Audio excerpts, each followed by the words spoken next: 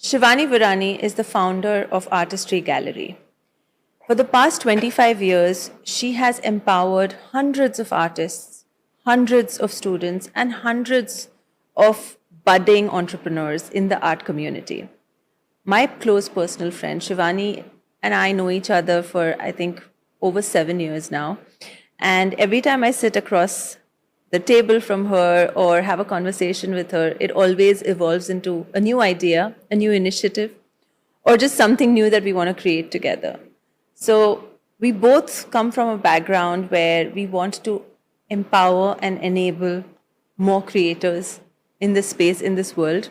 She comes from the art space and I come from the entrepreneurial space. So every time we have a conversation, I just love it. And I'm really excited for this one as well. I know what her purpose is. I know what makes her smile, what makes her tick, and what makes her do what she does every day with a smile on her face. But I think everybody needs to hear this from her and needs to understand why she's been doing what she's doing with artistry. It's not been an easy journey for her. And to say the least, it has been just something which has driven her by passion. And that's why she's here with me at Driven by Purpose. Thank you, Shivani, for coming. Thank you for having me here, Amin. And yes, besides being a personal friend, it's been always a pleasure to be a part of It's a Way. Thank you. So, Shivani, take us back to where it all began.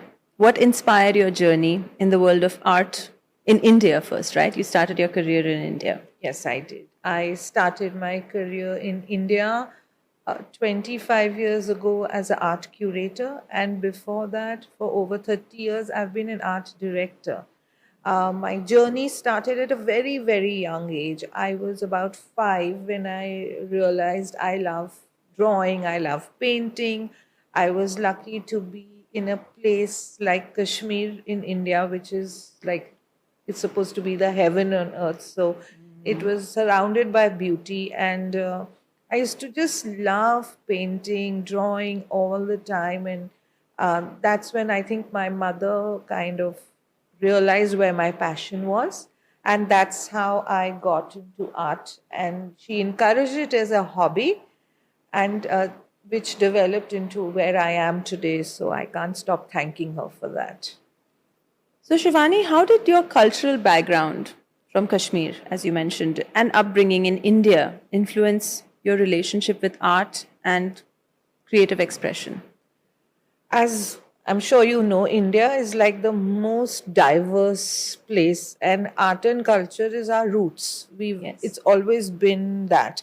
And if you see, even with things like our festivals, everything is so bright, so colorful, so yeah. scenic. And then to top it all off, I'm from Kashmir, which is a beauty, and it's beautiful, and every part of Kashmir is beautiful. So I used to have this teacher who used to take me outdoors. She used to take me to places, make me paint, and everywhere you turned was a painting.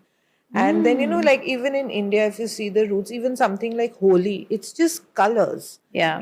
So there's just so much of all that in India and so much culture. So, is it okay to say that you started with landscapes first? Yes, I did. I did actually start with landscapes and studied a lot of history of art at that time. But landscapes, yes, landscapes was something I started with, and I still do a lot of landscapes, which have turned quite abstract now over a period of time.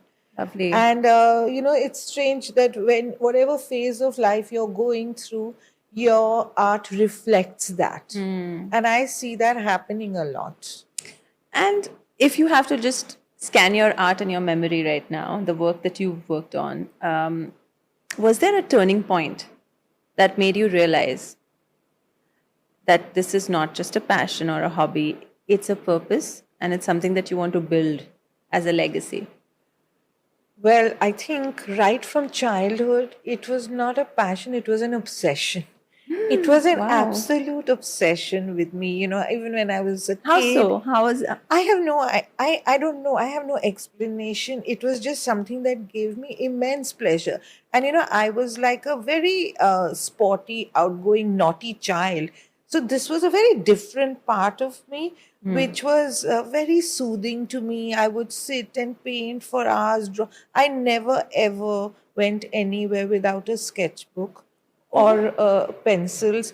And I remember I used to go any bookshop. I'm not a reader, but any bookshop I entered, if I read the word art, I would start going through books. Like there were times when I ended up opening very honestly erotic art books because it said art and I didn't know what it meant.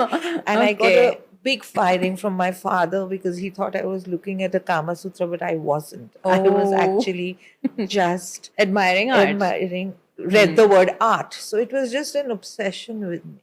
And that just turned into my passion, my love. And I must say, I had to struggle to become an I was artist. going to ask you that because obsession, obsession or not obsession, taking such an unconventional route in that day and age as a Yes. career would have itself been an uphill task to convince your parents. It totally was. It totally was because I know that my mom, when I told her that I want to actually go to an art school, and she said, and a fine art school, and she said, "Are you crazy? Are you going to roam around like those crazy artists with these jute Cholas, bags yeah. and jholas, and what are you going to do?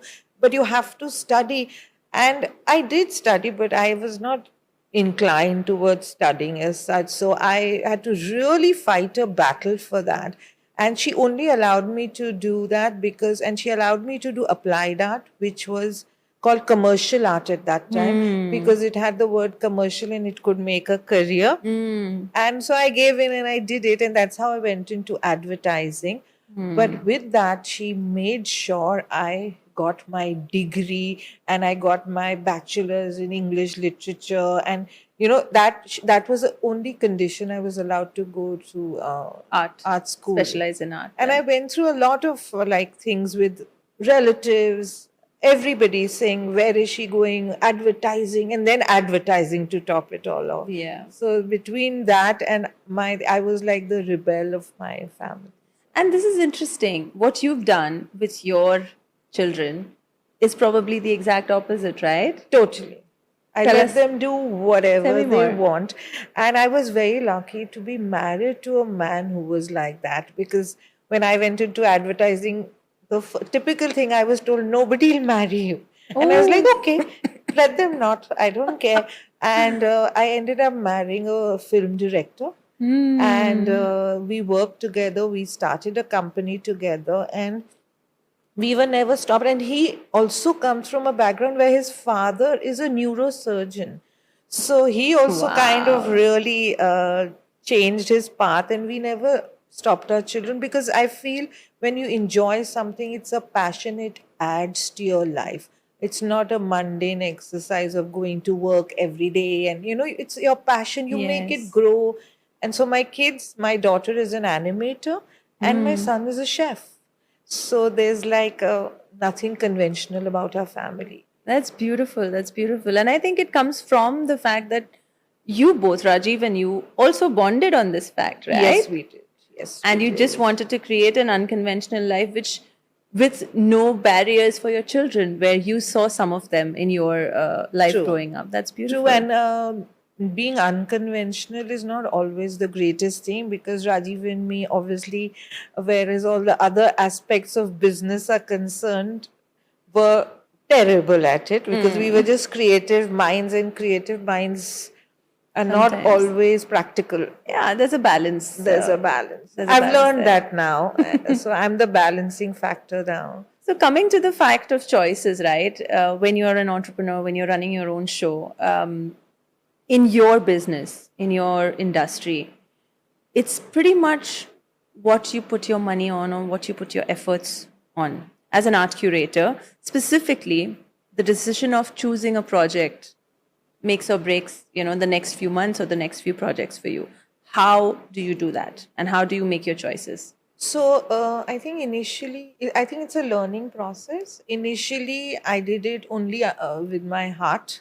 Now I use my brain because you earlier it was all about the project needs to look good, everything, the whole creativity and the creative angle, and which does not always help businesses. Because creativity is also subjective and it has a Yes, perspective absolutely. to And it, right? that's a very tough thing to do because to understand somebody else's mind is very difficult. And sometimes, I even end up doing things like where when I'm looking at a piece of art and the client is almost ready to buy it and I'm making faces because I don't like it. So I had to really hold myself back.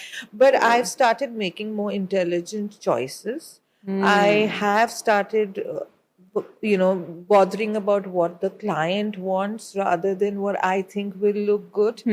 So that is important, and that is Yeah, something I yeah. need to. So I do make sure, and there are projects I let go because, it's at the end of the day, it's not about the quantity; it's the quality that matters. Yeah. So And if on they that, don't match my kind of ethos or my sensibility, I rather not do it. and that comes to the question about the decisions that you've had to make. Was there or were there any really, really tough decisions in your business and your choice of work and your choice of associations and affiliations that you had to make with artistry? And how did you come about? There are tough decisions made every day. Really? Yeah, every day because again, it's a subjective line, and it's very difficult to make people understand art.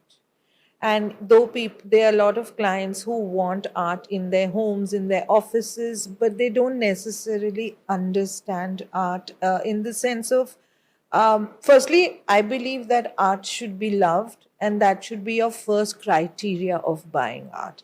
But then I get, of course, a lot of questions like, will this artist appreciate? Will this happen? Will this, and then sometimes get people who want to match a artwork exactly to their sofa, and I'm like, listen, your sofa upholstery is going to change, but Yes. not your art. Yes. And you have to Yes. love it, you have to see it, and it's all about, so a lot of those challenges come. But my biggest challenge, which hurts me the most, is when I have to say no to representing an artist. So that really actually it really hurts me, and most of the times I can't do it. And the reason sometimes we have to do is because we have to maintain a quality and a certain standard. So we Right. have to. But I know that everybody who paints or has done it from their heart and soul. So that is my biggest decision that hurts me the most. And those decisions have come and gone for you, right? So Many many, happens many all the years, yeah. time. And over 25 years and after 70 plus exhibitions, working with so many artists, what is that one thing that keeps you motivated and makes you show up every day with the passion that you do? Because every day I see something new. Everything there is, every day, every project, every artwork is new. It's inspiring, it's pleasing. I just love the whole art. There are no two things that are the same that I do. So for me, every day is a different day. Every project is different. And I learn so much. As an artist myself, it drives me crazy to see so much art, so many mediums, so many things that I feel like, okay, I can do this also, I can do that also. And oh, I should try that. There's so much learning every day that it's just keeps me going. And on that note, when you moved from India to the UAE and you had to carry your career here or transform in certain ways to retrofit your space here, your career here, what was it like restarting something and building artistry in a new country and building it from scratch, so to speak, right? Yeah, it was a challenge, but a lovely challenge. It's Really? been a beautiful journey. When I started art in India, it was very new in the sense the art market was just picking up in India, and everybody was getting involved in the art market, even with investments. There were auction houses coming to India. Indian art was being appreciated worldwide. Hmm. And I got into the art market just then. So I would say the timing was perfect. For the UAE as well? And exactly the same thing happened to me with UAE. So it was Wow. almost like a deja vu, but it was great. That's And great. also, what I like about being here is that there's so many different nationalities, different kinds of art, and the UAE government is being great with promoting art and culture space. Were there any unexpected challenges here when you were approaching art in the UAE that you didn't think there were going to be? They were not unexpected challenges, I would say, but there were certain things that were different. Like, for instance, there's certain types of, there is a bit of restriction here in the way, in the artworks That you can know, promote. that you can promote. Now they're getting a lot more liberal, but when I started, there were even like idols and gods that were not allowed to be Sure. promoted and shown Sure. on your website. They There is a bit of sensitivity here. And out of my business, you know what I found the most challenging? I mean, it might be something really silly and small, but the biggest challenge I've had is to open a current bank account here. It has been my biggest nightmare. Yeah, you've said this before. You've Yeah, said I this have before. this. Yeah, I And mean, other yeah. than that, it's been a very welcoming world and a very welcoming society. So, And you've built a community here with artistry now, and you teach art as well. You do workshops, you do all sorts of things under the banner of artistry. How has the multicultural fabric of the UAE and Dubai specifically influenced that? so when I came here, I realized a big need for people to get together and for people to meet each other. And there were a lot of those happening, you know, in the business aspect. There are a lot of networking events here and there are a lot of networking communities. But I found that there was a lack of it in the art community. I felt the artists were a little lost. And I created the Artistry Collective. It's an art community where we meet, we started supporting each other, we started, you know, so I call it a community by the artists and for the artists. Yeah. So I started creating that, and it grew, and now I have over 70 artists as a part of it. We meet, we impart knowledge to each other. And actually, it's great because we all learn from each other. And the multicultural thing that you're talking about, that's what it is. It's not one kind Yeah. of art. It's like everybody brings art from their country and we all meet, and it's lovely. That's beautiful. So, what does purpose then mean to you in the context of art, and how do you instill that sense of purpose in artistry? For me, purpose, whatever I do is for a purpose. It's for a reason. It's for the love of art, for building art. And what I really want to do with artistry is it's given me a lot. Art has given me a lot. My purpose is to give it back. It's to give it back to the art world in the best way that I can by giving, by imparting knowledge, education. You know, there are art institutes everywhere and big reputed art institutes, but everyone can't afford those, and getting into them is not easy. Yeah. And I feel that there should be more awareness of art education, and hence I've started the workshops, the education bit, even, you know, just mentoring people. We're also starting a new art mentoring course for And artists. you're doing something with children as well. Yes, we are starting with children right from the age of 8, to give them a foundation, teach them art history, teach them the basics so they're fun and they know where they are. So, on this note, what do you believe is the role of art in a child's life or an individual's life? Is it just a skill or something deeper, something that could be more therapeutic? What is your point of view on that in today's day and age? So I think art is very therapeutic. It's a form of meditation, is what I believe. Yeah. And also, when a child is shown art, is kind of, given that thing of painting, Expression, drawing, yeah. expression, it's a way of expressing not only with everybody can't express with words.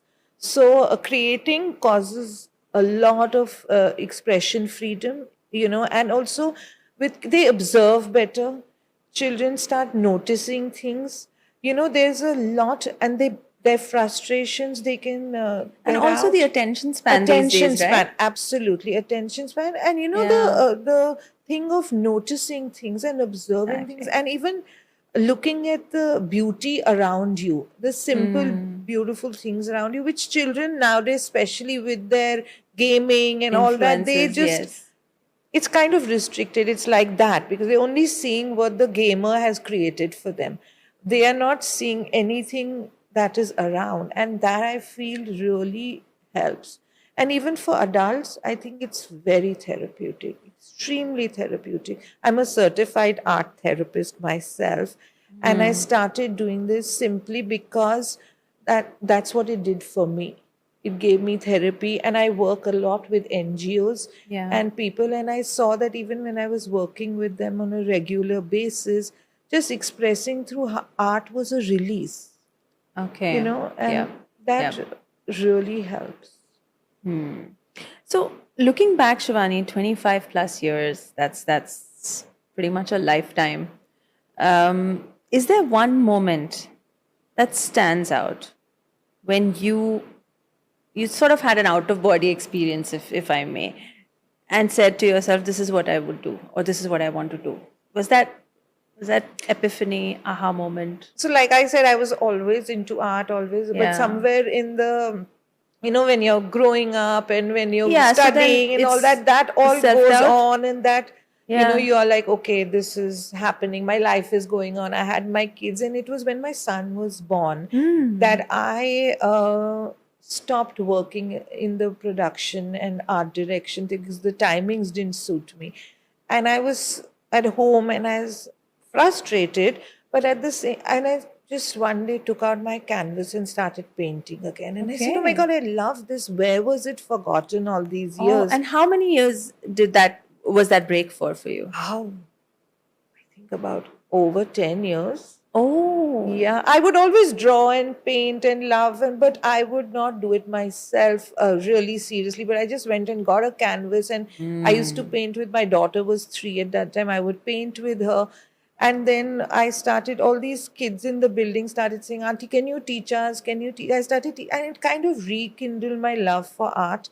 And I had a friend who told me there's a beautiful art gallery next door. Why don't you go there? And it was my first outlet after having two little babies. I wasn't being allowed to, was this in India or it was here? in It was India. in So I India. went to the art gallery, and it happened to be a friend, and she's like, why don't you start helping me?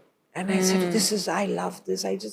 And I did a couple of shows with her, and that just kind of was like, okay, this is what I want to This do. is And what you I want to do. found my calling, You and I found your calling. never turned back. Never turned Never back. turned back. Yeah. And then all I did was try to get more and more things involved, try to think out of the box. On that note, you don't only just curate art, or you're not an art collector, or or an art gallery owner per se. You do a lot with art. You're a creator. You mentor a lot of budding artists. You're a mom, of course. That's a full-time job as well. Even though your kids are grown up now, and you're an entrepreneur. You have a production house of your own. How do you balance all that? One of the biggest things I think all was, all while staying connected to your creativity, by the way, because you're a creative person. You need an outlet yourself, right? How? well, I don't think I'll say I have time management. You don't have time management. No, I Okay. don't have time management, but I'm beginning to give priority to what is needed. So I have started doing like things like, okay, this is I in the morning write a priority list. This Wow. is my Nice. priority for today. And I love all of what I do, so it's very difficult You to say that. prioritize And also I love then. being a mother. I just Yeah. actually love being a mother. My kids now are like, Mom, we are not babies anymore, but I love it. I love being a Yes. mother, and sometimes when I look at my day and I see today I painted, I filled a tender, somebody bought, it's like a complete day, and my kids were happy with their meals, and I sleep very satisfied. Yeah. So I kind of, I don't do time management, but I do prioritize. That's something I do. Yeah. And when you can't prioritize, what do you do then?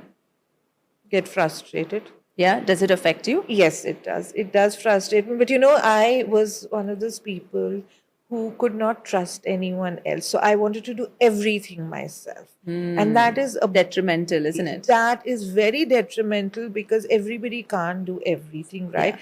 And the one thing I've stopped doing and is letting go and giving jobs to others. So you've So started I've doing started that. Yeah. collaborating because collaborating means growth. And also I have got more people in under my wing, and I've started trusting them, and I don't micromanage them. Very good. So Very that good. has really helped me. In fact, Opens it's things for you, kind of given me a big relief. Then I concentrate on what I can do best. What you can do best. Yes, absolutely. And I found that people can do it even better than me. So, there are certain things they can do better. So, What is the one recent project that you're really proud of? I'm proud of all my projects, to be honest. Yeah, I but know one that, which is but really so I do different projects. So I'm very proud of a very big project I did for a hospital here, and I was very happy because they were very happy, and I curated like each part of the hospital according to what it was like. The for the pediatric ward I did the kids paintings, for the maternity I did florals, and it was lovely because it was over 500 artworks for that.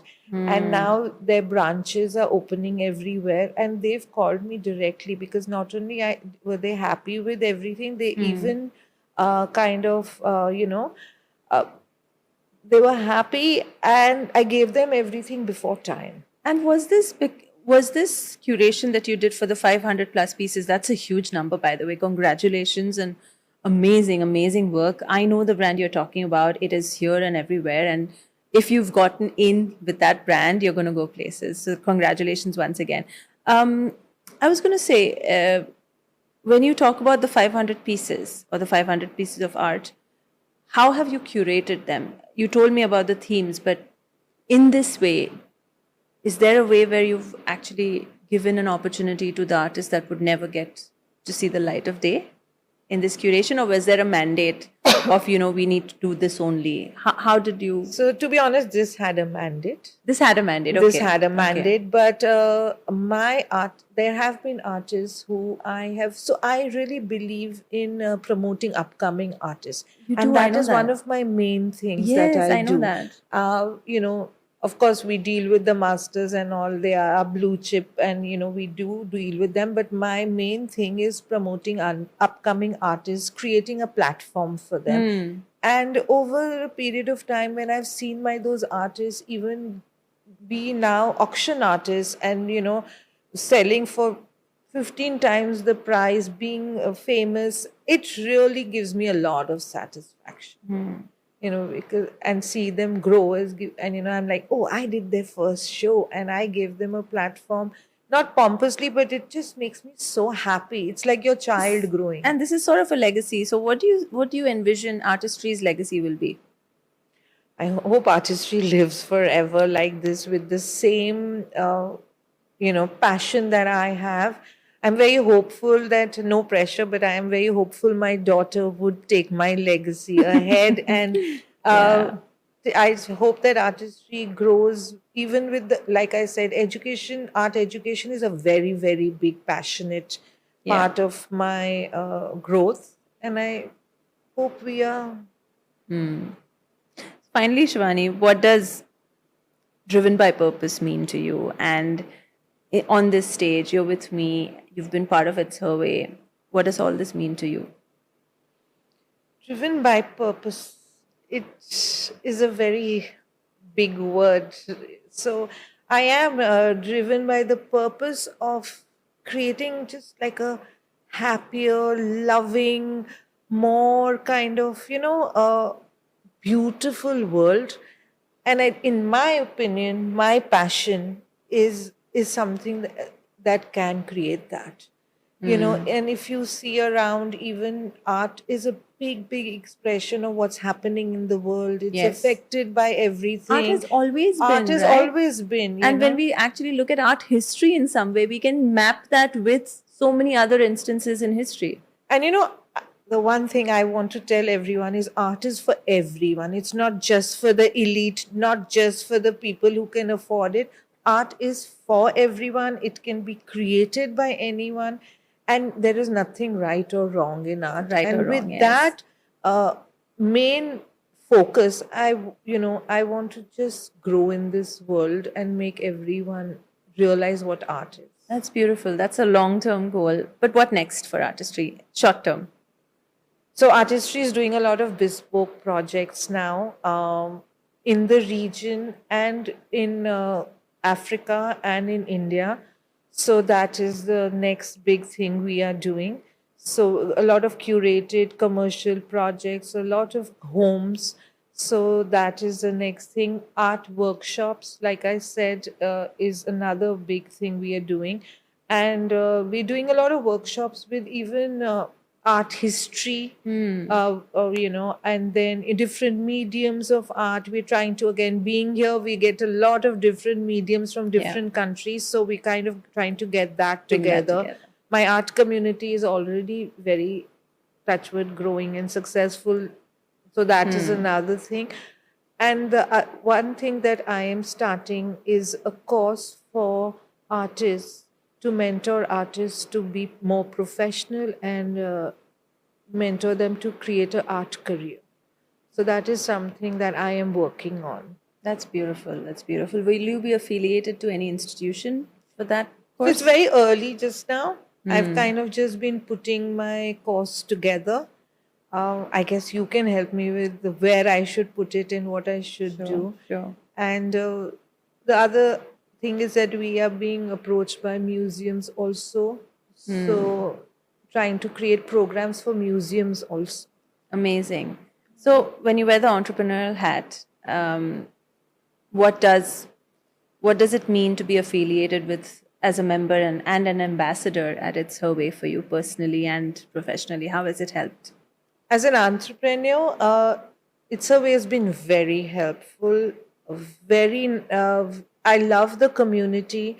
I have not only done work as an entrepreneur with It's a Way, but we also have been doing things with a purpose. Yes. And like, I don't know if I can talk Yes, about yes, it, but please, we've go done a ahead. project together for leave of absence, Now we which can. has been Yeah. which has been fabulous, where we've got art together, and we have kind of created a great purpose for women who are struggling.